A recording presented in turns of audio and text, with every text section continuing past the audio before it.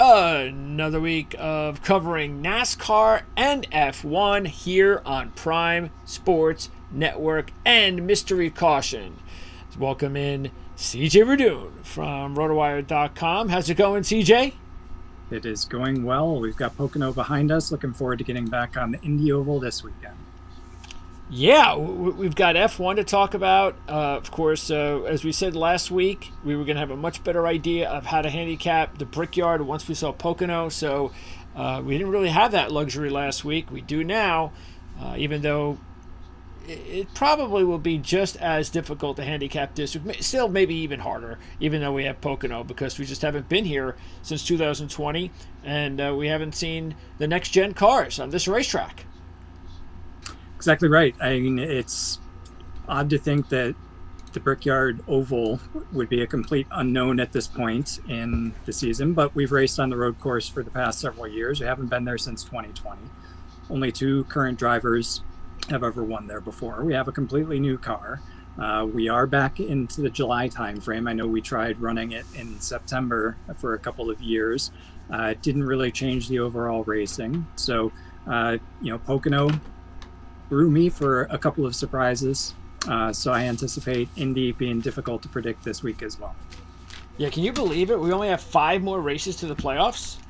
It is counting down quick, but then when you realize that we've taken 0 breaks, and if you're taking a couple weeks off for the Olympics, that's why it seems a little bit artificial, because we do have like 2 or 3 weeks off because of the Olympics. But aside from that, just so the opportunities for drivers to win their way into the championship and make sure that they've got their playoff spot locked up are really ramping down real quickly. You've only got 2 races left in the Truck Series, just a handful more here in the Cup Series.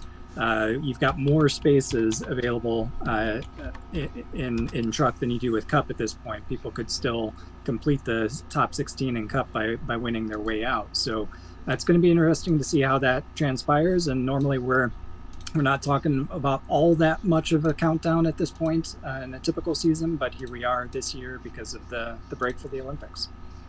Yeah, let's take a look at the standings. Let's see what we got here. So, I mean, lo and behold, Chase Elliott's leading the point standings. I mean, where the heck did that come from? I mean, he's been in this like a dry spell too, and yes. he's leading. So, but hey, we talked about that last week about all these top drivers who are kind of in a struggling mode, and this is what happens. So, all right, we know what the deal is here at the top. So, what's the cutoff line again? Is that Briscoe? 16. Yeah, Chase Briscoe's. Actually, you got to go by wins there. So you've got Cindric that is ahead of Briscoe in the standings. So right now, in terms of the playoff picture, Ross Chastain is on the bubble with 530 points. He's got a 27-point lead over Bubba Wallace, who's on the outside looking in. And you've got 4 spots that are available for first-time winners on the season. They're first-time winners on the season. So with 5 races left, you could have 5 different winners, and they could win their way through. So Bubba Wallace on the outside looking in, Ross Chastain slipping down a little bit with some of his problems last week. You got Chris Buescher, Ty Gibbs, and Martin Truex holding out the other playoff positions right now on points alone. So 5 races to go. Very doubtful we're going to have 4 or 5 different race winners. So correct. Martin Truex Jr. looks like a lock at this point. Close. Yep. Yeah. So this is really where it gets interesting. Gibbs, Chastain, and Buescher. And who would have thought that these 3 drivers would be in this type of situation? Exactly right. I remember a couple of years ago when I guess, would it have been the first year that we had the new car where we had so many just crazy winners that we were talking about the top 16 being completely taken by race winners, and then potentially people who won races still not getting into the top 16. We're almost there at this point this year. I agree with you. I think Martin Truex looks like a lock. I mean, the likelihood of 5 different winners is not is not that great, but certainly one, potentially two. So I think Chris Buescher, Ross Chastain, Bubba Wallace, they've got to be sweating it without a doubt. Wallace is probably hoping for a win. He's got to basically thinking he's got to get a win at this point. Ty Gibbs will be feeling a little bit better, but the problems that he's had have dropped him further down the order, and as people keep winning, he's going to move closer and closer to the bubble, so he's definitely feeling the pressure as well. But big question, like you said, is Gibbs, Buescher, Chastain, and Wallace from my perspective. And then anybody below Wallace could throw in a spoiler by winning the race, like a McDowell or a Gilliland or a Kyle Busch, etc. Do you think that Bubba has to win, or could he get in because he's 45 points behind Buescher? Based on the way that Chastain, well, let's call it Buescher, I think he could catch Chastain. But I think we're also probably going to get another first-time winner. So that puts Wallace out again. So can he catch Buescher? He's 44 points away. And honestly, I think Buescher's been more consistent. You talked about Chase Elliott, kind of how he came from nowhere. It's been consistency. So he's ahead of teammate Kyle Larson, who's had more success because Larson's been up and down. He's been less consistent. I think Chris Buescher's been much more consistent than Wallace. I think Wallace has been more up and down with 5 races remaining. He's got to be scoring a lot of stage points and have Buescher be having problems if he's going to make up that gap. Yeah, again, just very surprised that those drivers, Buescher, Gibbs, and Chastain, may not even make the playoffs. But I guess it happens. I mean, Kyle, he's in trouble. It's not looking good for Kyle. But he's had a bad season, and it's predictable. And really, it's interesting because all the drivers that are out right now, those drivers we just talked about that are on the outs, and the drivers that are on the ins, it kind of makes sense. Like, all right, yeah. But again, if 1 or 2 drivers, as you mentioned, on the out win, all of a sudden it's like, wait a second, Buescher may not make the playoffs, Chastain may not make the playoffs. Wow. So. And when you look at the 12 that have won, honestly, you could maybe say Cindric was a surprise.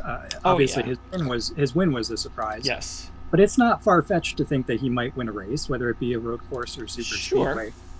Anybody else on that winners list, there are no surprises. Yeah.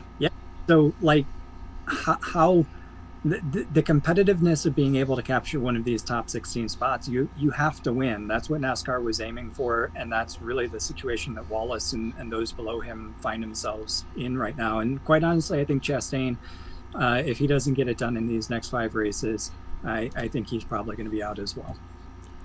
Futures. If he doesn't get a win, I should say. So they haven't really changed much at the top. Blaney, you're still getting a good number on Blaney, which still surprises me that you get 8-1 on the defending Cup champion who's won 2 out of 5 races. But okay. Elliott, the points leader, is getting 10-1. But then you even have some really good long shots here still. I mean, who knows about Keselowski? I mean, he's 22-1. What if Truex gets hot? Bowman, 40-1. He's like all of a sudden dialed in. Yep. And we know if Buescher gets in, he could be a problem. So there's some, interesting long shots. Who's the favorite long shot in that long shot group there? Honestly, I got to look at Joey Logano. I think that team has started turning things around. They've got some really consistent results. And if you remember back to the beginning of the season, his speed was not in question. It was about the luck and when he was going to be able to find the way that things would fit together to enable him to get that win. He's got that now. With Blaney winning as he is and driving so well, Logano's been quietly coming up behind him. I think both of those entire Team Penske, Cindric still has more to prove, but Logano and Blaney, without a doubt, that Team Penske group is peaking at the right time. The only question in my mind with them is, are they peaking just a fraction too soon? Obviously, you want to do it in the playoffs. We still got 5 races to go, plus a sizable break. But right now, after Pocono, I'm looking at Logano there.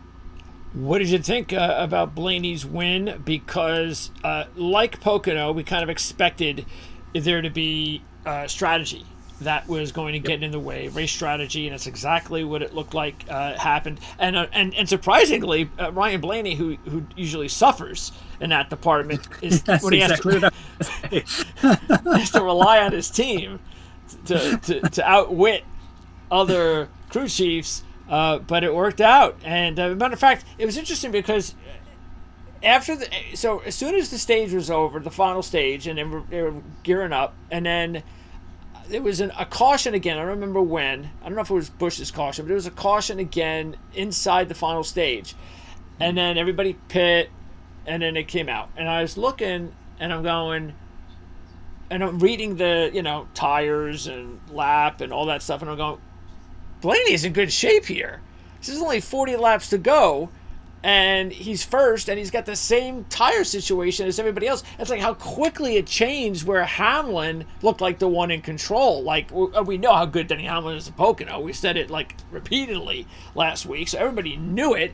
And then he wins the last stage, but then he just started to think, as soon as that first caution came out, you were like, well, what were they thinking? I mean, it just seemed like there was the opposite working out. Now, look, who knows? Maybe Larson and Elliott, maybe things change if they don't speed.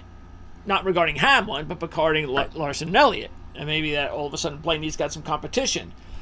But, yeah, it's like, it just was kind of strange.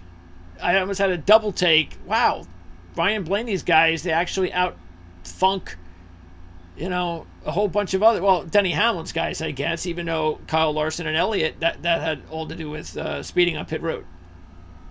Yeah, I mean, confluence of factors. Number one, the right strategy. Number two, his team, for a change, not letting him down and actually getting him off of pit road pretty quickly. And then the mistakes, I think Elliott was the only one that was really ahead of him at that point, and he got a speeding penalty. So things, you need a little bit of luck, but you also need to make the right calls at the right time. And that's exactly what that team did. And like I said, they're and you've been saying it, they're hitting on all cylinders right now. So my only question is, with the break and with the next 5 races, I'm just hoping for them that they're not peaking too soon. Hopefully they can continue improving. And quite honestly, if they do continue improving, they're going to be really tough to beat in the playoffs. And then we had the situation with Kyle Busch and LaJoie. We talked about it with this new broadcast crew. Who's the analyst? Is it Burton? The driver? Yeah, for USA Network. That would be Jeff Burton. Okay, yep. So, and it figures because he's Mr. Down the middle. So, because we had talked about him not really being critical of Kyle Larson a few weeks ago, and it happened again. I mean, it's like everybody saw what happened with LaJoie and Kyle Busch, and he's like, well, as soon as he saw he was where he was too close to the line, and he moved back up, and it was too soon, and I mean, he didn't have enough room. It's like, dude, man, he freaking ditched him. What are you talking about? What are you looking at?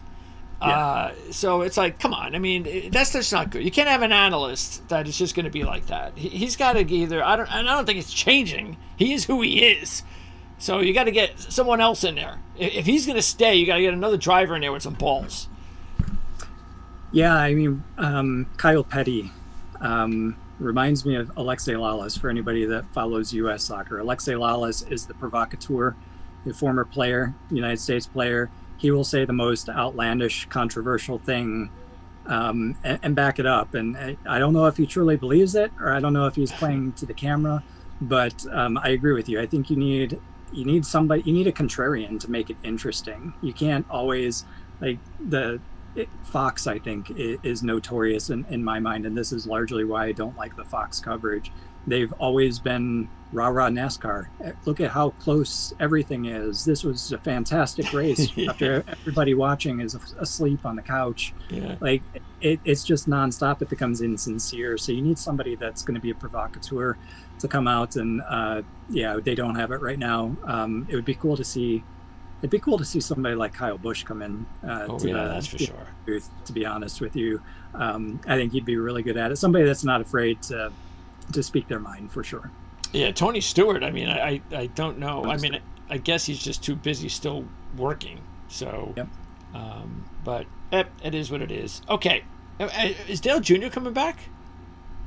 That's a fantastic question. I am not certain what he is doing, to be honest with you. The Tony Stewart thing with the team going away in 2025, Haas is going to field a car, but Stewart's backing out. So maybe Stewart can spend some time in the booth. We'll see.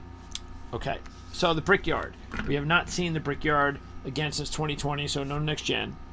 And if you do want to just take a look at what happened back then, we'll add that to our handicapping here today. And keep in mind, Ford won the last 3 races, 2019-18. They had one race per year at Brickyard, thank goodness. And that was 94 to 2020, so 27 races. Chevy, the dominant manufacturer, winning 17 of the 27 races. Ford with 6 wins. Toyota just 2 wins. So keep that in mind. The average starting position for winners, 8.5, with 5 pole sitters. The farthest back, 3 in the 20s, 22, 24, and 27. Only 2 drivers that will be racing on Sunday have won the Brickyard. Only 2. So, Kyle. And Ford won the last 3. What's that? And Ford won the last 3. Yeah, Ford won the last 3. That's right. Remember how bad, remember how good of a bargain Ford was last week when we looked at him? Yep. Over they close to 5-1 to win last week, and they ended up with 3 cars in the top 8, I believe, at the end.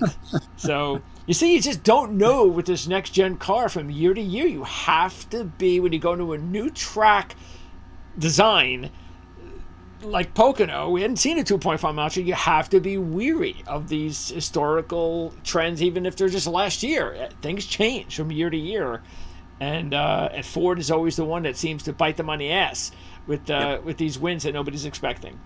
But yeah, Ford won the last 3 at the Brickyard. So Kyle Busch and Brad Keselowski, the only winners of current drivers at the Brickyard on Sunday. So somebody may be kissing the bricks for the first time in their history. Okay, let's break it all down now. So anyway, let's talk about these top 3 here. So we got Hamlin, Larson, and Blaney as the 3 favorites. Now, Hamlin, it's obvious that he should be the favorite because he almost won 3 races at Pocono with the next gen. So, and then throw on top of that, historically, he has one of the better records at Indianapolis without winning. He has 8 top 10s out of 15, so that's obviously more than 5. That's just about 50%. 5 of those top 5s, and and he finally had a good run because he was one of those top drivers we were talking about and stayed away from, because he was just, things weren't going their way in the last several weeks. But now he's back at Pocono, flip it to Brickyard, and even at 450-1, he'd be one of those favorites that I'd probably take a chance at this point. Yeah, I think Hamlin is deservedly the favorite. We've got a lot of history to go by with him, unlike some of the others that we'll end up talking about. And like you said, he's got one of the best records to have not won. He finished 3rd here 3 times. He was on pole once, crashed out of the last one in 2020. But as we've been talking about, brand new car, it's going to be like a whole new racetrack, etc. So who's been good this year and who was quick at Pocono? Denny Hamlin. So I think at 4.5-1 right now, Denny Hamlin, quite honestly, I would go with him. And Larson, I think the only good thing about it is he's 6-1, because you would say, well, is Chevy still going to be a dominant deal at Brickyard? And we can't really say that. No, it's just don't know. And he's number 1 here. He only has 1 top 5 of the 6 races that he did run here, only leading 10 laps, an average of 16th. He's only got 1 top 5 in his last 5 on the season. So he's also one of those top drivers that's just not really hot. And by the way, this is a good indication, but unfortunately, you're going to lose odds. And that is if he starts in the top 2 rows, or top 2 rows. He's never started in the top 2 rows at the Brickyard. So that might have a lot to do with the fact that he hasn't had a fast car. So if he has a fast car on Saturday, then you might want to take a look at Larson. But again, you're going to lose odds there. So if you want to bet that he's going to do well, 6-1 is not totally bad. But again, I just think it's one of those weeks to just pass on Larson. There's so many other weeks to take him at. What about how some handicappers, some analysts might say, well, Larson was at Indianapolis, even though it was a different series, he was at the track. Will that be an advantage for him in any way, shape, or form? He knows that there are 4 left-hand turns. I don't know. No, I mean, maybe from weather patterns, he might pick something up there, but the cars are so drastically different. The track shape is the same, but no. Yeah, I don't think so. Completely different competition, completely different car, completely different horsepower, completely different factors. Tires, for example, in IndyCar, absolutely not a factor. They might end up being a factor for Cup this weekend. So, no, I don't think there's anything to take away from that. With Kyle Larson, his odds could go down to 2-1 if he qualifies on pole and comes out fast. So you do have to be careful about that. But if we're just talking about here Tuesday afternoon, between him and Denny Hamlin, I'm going Denny Hamlin all the way. I'm not even looking at Larson. Yeah, and you know what? I'm not going to look at Blaney either. Blaney now down to 7-1, and that is because, it's just our motto. We're not going to take another driver, a driver who just won last week. It's just very hard to do. It doesn't happen very often. The odds are against you. And unless they go to a track that they're really good at, why would you do it? Especially at this number. Because Blaney did not really have a good history at this track with an average of 20th in 6 races. Yep, I like his teammate a lot better when we get down there. All right, and then we just look at the next row. We got Keselowski, Elliott, and Bell. So Keselowski and Elliott are 10-1. And this is where we start getting a little interesting because we know how fast Bell's car is, so that's something to keep an eye on. But he only raced once, and that was in 2020. Finished 12th, started 35th. He's also in a run of his own where he hasn't had a top 10 in his last 3 races, so keep that in mind. So I'd probably stay away from Bell, but Elliott and Keselowski, those are the interesting ones. Elliott, surprisingly enough, though, even though Chevy had so much dominance at this track, he was not one of them. He only has 1 top 10 in 6 races with an average of 17.8. So that is a little bit strange. But just like we said about Larson, in 6 races, Chase Elliott never started in the top 10 at Brickyard. So it would be perfect as if he starts like 8th or 7th. The odds don't go down a whole lot, and you're still getting him like around 10-1. Then I would really like him. But I still like him anyway because who knows what happens to Pocono if he doesn't speed, and you're getting 10-1.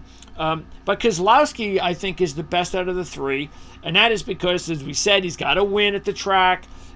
He's got, matter of fact, if you look at it, the last 3 that he finished a race at the Brickyard, and I say finished a race because he crashed in one of them. The last 3 he finished 4th, 1st, and 2nd. That's very impressive. So the only thing I'm concerned about is the fact that he doesn't have a top 5 in his last 6 races, but he was 7th last week, so that's fine. And he's got the win here, and he's getting 10-1. Yeah, I like both Elliott and Keselowski. I like Keselowski mainly because of his record.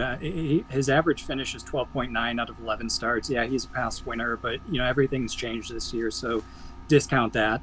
But 3 out of his last 4 were top 5 finishes, which shows remarkable consistency, which is tough to do in this series. And then you look at Chase Elliott, like you said, the thing that draws me to him this week certainly is the way that he performed at Pocono. And you take away that speeding penalty and you don't know what he could have done. So he was in fantastic position. And so I think they've got the speed. I think they can be competitive. They just need to avoid the mistakes. The one thing with Christopher Bell, I agree with staying away from him this week. The past couple of weeks of mistakes and issues have definitely cost him. But look at what he did in 2020 with Levine Family Racing. I can't remember how to pronounce it, but that's a tiny team. He started 35th. It's his only race at the track, and he came forward to finish 12th. If Joe Gibbs can get their Toyota set up well, Bell might be one actually to consider taking early before his qualifying drops the odds pretty well, because if they hit that, he's coming down from where he is without question. So I wouldn't completely discount Bell. I do agree staying away from him though because of the slump that he's in. I'd like to see something a little bit more positive coming into the weekend before I definitely go forward and choose him.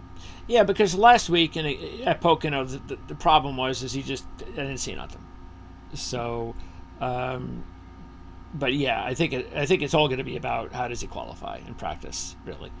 Okay, 12-1, Truex, Reddick, Byron, and so we talked about Truex.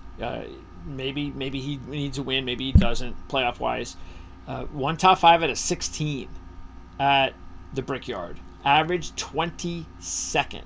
Plus, he doesn't have a top 5 in his last 9 Cup races, but he was 8th last week. He did win a stage, as you reminded us. But get this, his last 4 races before they ended the run at the Brickyard, his average finish was 34.5. So the memories of the Brickyard, not very good. The only thing that might be a positive, or one of the only things, is the fact that he doesn't have much. I mean, is this his last year, Truex? Last full-time year for sure. He has. I don't know that he's given any indication that he's going to do one-off races, but he's definitely not going to do a full season. And that means that this is his last chance. Last chance to win at the Brickyard. Agreed. So keep that in mind. Maybe he ends the run. But when you can go, you also have Reddick you can go with, who is 8th here in 2020 in his only appearance, and he's a much better run right now, with 7 top 10s in his last 8, 6th at Pocono. So why wouldn't you take Reddick over Truex? And then why also Byron? I mean, I'm kind of surprised Byron's getting 12-1, to tell you the truth. He was good at Pocono last year. He had the 60 laps he led, and that was his best result. And he followed it up this year with a 4th. He was constantly in the top 5 or 6. And out of 3 races at the Brickyard, he does have a top 5. So, yeah, I mean, I feel pretty strongly that William Byron is a solid number, and so far I think he might be the best bargain. Yeah, and he also led 15 laps in 2020 when he finished 27th, so that top 5 probably could have been 2 top 5s should whatever happened in 2020 have not happened. It looks like he had some problem at the end, because he only got 156 laps versus 161. So obviously there was an overtime start there. And if he was out on 156, then maybe that was a late one for cleanup or something. But yeah, the only thing with Byron, he could certainly do it. He's just been quiet, and that kind of bothers me. Certainly now, I hope that they are storing up their tank, putting the hay in the barn for the playoffs, and maybe not making waves. It's all about when you peak. They're not peaking right now though. But yeah, decent choice, and given those odds, he makes it's a good value for William Byron at a place where he's been pretty successful at least 2 out of 3 times. Yeah, he's trending in the right direction. He's got back-to-back top 10s and a 4th last week, so maybe he's getting his mojo back again slowly, but we'll find out for sure next week. Okay, Logano, Gibbs 16-1, and then Buescher at 20-1. By the way, before I move on, did you have anything on Reddick? In terms of whether you like him or not this week? Well, yeah, I do actually, because he's been here once. He's got a top 10 finish. So started 13th, finished 8th in that race. He's hard on himself. A couple mistakes for sure, and not achieving where they think that they should, or where he certainly thinks that they should. I kind of want to see, like some of the others that we've talked about, I kind of want to see a little bit more progression. Starting to see it from Byron, but still quite quiet and not up there fighting for the lead consistently. Reddick at least has been fighting for the lead, but hasn't been able to get it done. So I just want to see him build some confidence, because after Chicago, he was down in the dumps. Okay. All right. So we got Logano, Gibbs 16, Buescher 20. And Gibbs, look, and again, we talked to a couple of the viewers about it. there's a big difference between taking him like we liked him last week. I think it was 14-1, than to think you're going to take him at 6-1.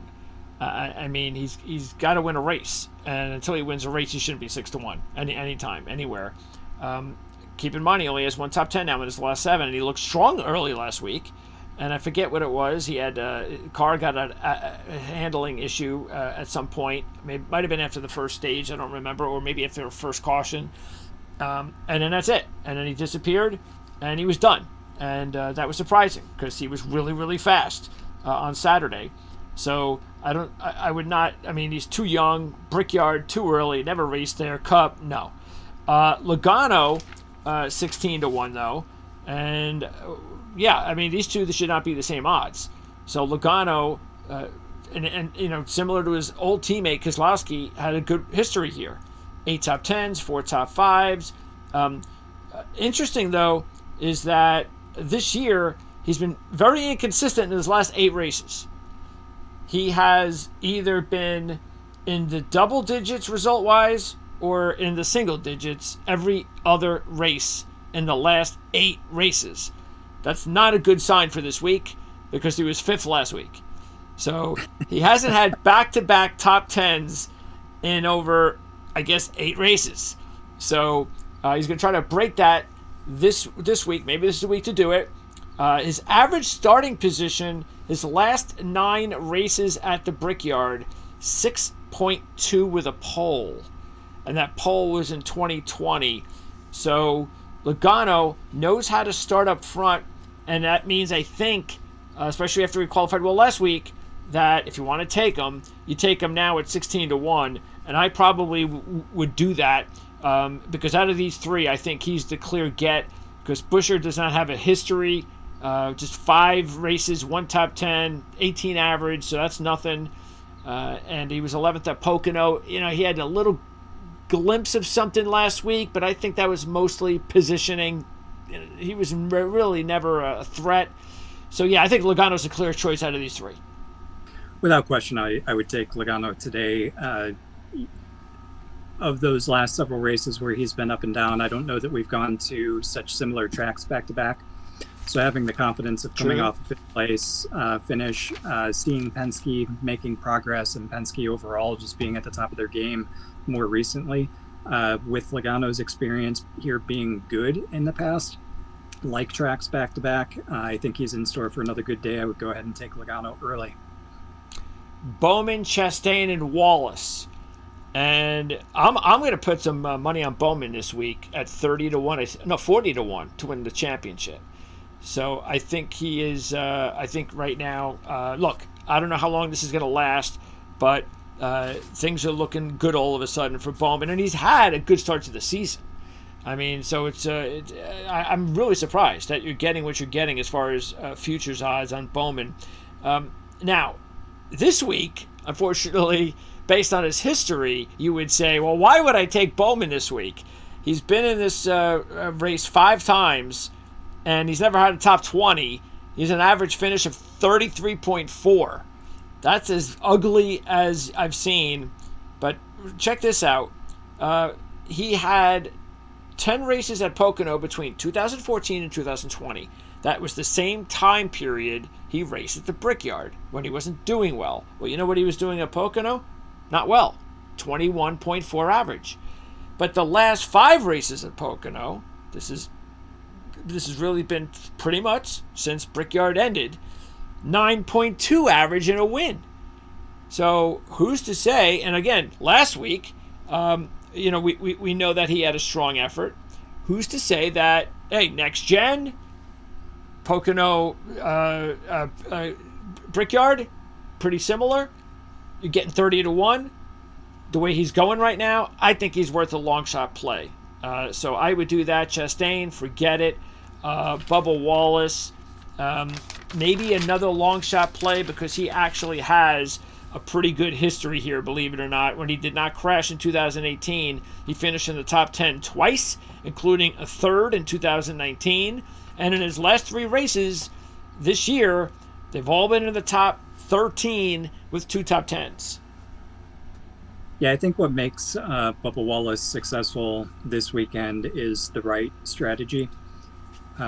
Certainly was able to get the job done with the 3rd and the 9th place finish, two top tens out of his 3 career races at the track. So if the team can give him the right strategy, I think he can be another top 10 contender. It can be a good week for him. He's going to be focused on making sure he maximizes points. I don't know if at this point he starts swinging for the fence and they just start going for the win. Maybe they do. We'll kind of see how that plays out, but that's, a question mark, which makes him not the surest play. I think, like you said, the surest play of this group right now is Alex Bowman, just based on the trajectory that he's been on recently. And like you said, Pocono and Indianapolis are similar tracks, and he had another great week last week. So no reason to expect him not to have a good week again this week. Yeah, and by the way, Bubba Wallace, in those 2 races he finished in the top 10 at the Brickyard, did not start anything better than 15th. So if he has a good qualifying run this week, you know what? As long as he's on the pole or anything like that, but if he qualifies in the top 10, practices in the top 10, you're still going to get somewhere around 20 to 30 to 1 on Bubba. It's up to you if you want to wait. I'd go ahead and throw a few bucks on him now at 40 to 1. Definitely, again, doing it with Bowman. By the way, Chastain, we said forget it last week, and we're saying forget it this week. And he just, for whatever reason, these tracks just not very good. But he's never raced in the next gen. We know how much that's been different over his career in the Cup Series. But he's just in a bad rut right now. Never good at Pocono, and I can't imagine why he'd be any good this week. Kyle Busch 50 to 1, Berry 50 to 1. So before we get to the really heavy long shots, I know we keep looking at Kyle every week or two and go, his odds are so great, and it's just you look at his history and you go, well, how can you not take him? And it's just one of those weeks where I just feel like that again. It's like, how can I not at least put a buck or two on him at 50 to 1 when he's got the 2 wins here? He is clearly the most successful driver in this race on Sunday at this racetrack, not only with the 2 wins, but with 12 top 10s out of 16, 5 of those top 5s. He's led over 300 laps. Keep this in mind, though. His last 6 starting positions, his average here in his last 6, 4.3 with 3 poles. So that could tell you something. If you take him early and then he qualifies 15th, you might as well just go forget it. Yeah, you're probably just betting for qualifying at this point, hoping he qualifies really well to remind you that, yeah, there's something about this track. I don't expect him to win. I still think it would be crazy to think that he could do that the way things are going right now. But, hey, he is 50 to 1. He's definitely worth $1 this week. Probably not a whole heck of a lot more, just because he's had the speed. He just hasn't had the luck, and it's been a complete rut. Just hasn't been able to overcome it. He's going to overcome it at some point, I think. I just wonder whether it's going to be in time for the playoffs. Any of these long shots that you're looking at? Super long shots, 100 to 1 or more? I still like, where is he? So, the Gilliland and the McDowells were going to be the 2 that I pointed to, just because they've had the chance to really step up in performance. Front Row Motorsports has been making significant strides. Gilliland was on a great run. McDowell's chances more come on the road courses than the super speedway, so I might lean a little bit more toward Todd Gilliland.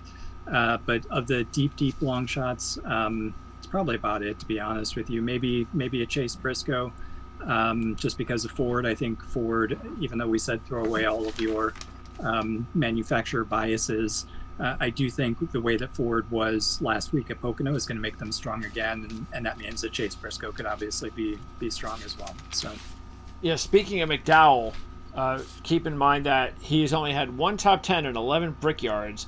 That was his last appearance there back in 2020 when he finished 7th, and he's never started in the top 20 at the Brickyard. And we know McDowell has been qualifying well, so. I mean, he's 100 to 1, and then Gilliland at 200 to 1. Okay, picks. What you going to do as far as your picks this week, then? Hamlin, Logano, and why not? I'll go Gilliland for my deep long shot. I love it, Gilliland. Okay. Yeah, Hamlin I think is going to be one of those times that I'm going to go with the favorite as part of my picks. Especially, it's Brickyard. He's never won there. So I just think he's a can't miss option. Matter of fact, I think if Kyle Larson was had his stats, I think Kyle Larson might be close to 2-1, 250 right now. Agreed. So I think you're getting a break with Denny Hamlin and his odds. Okay, and then let's see. I will go with Byron and Bowman. So there you go. So those are our 3 picks this week each. Hamlin, we both have. You've got Logano. I have Byron. And your long shot is Gilliland. I've got Bowman. And that's the Brickyard. We're back to the Brickyard. We're going to keep our fingers crossed that things have changed as far as entertainment value is concerned. Hopefully it works out. and we will be back talking NASCAR in a couple of weeks. This Olympic break. No NASCAR in the Olympics. We haven't figured that out yet. But there is break dancing. Okay. Yes, that really that's important. But they're coming back with Richmond, Michigan, Daytona, and Darlington. So we'll be back with Richmond in a couple of weeks to talk NASCAR. Of course, Denny Hamlin was the winner at Richmond.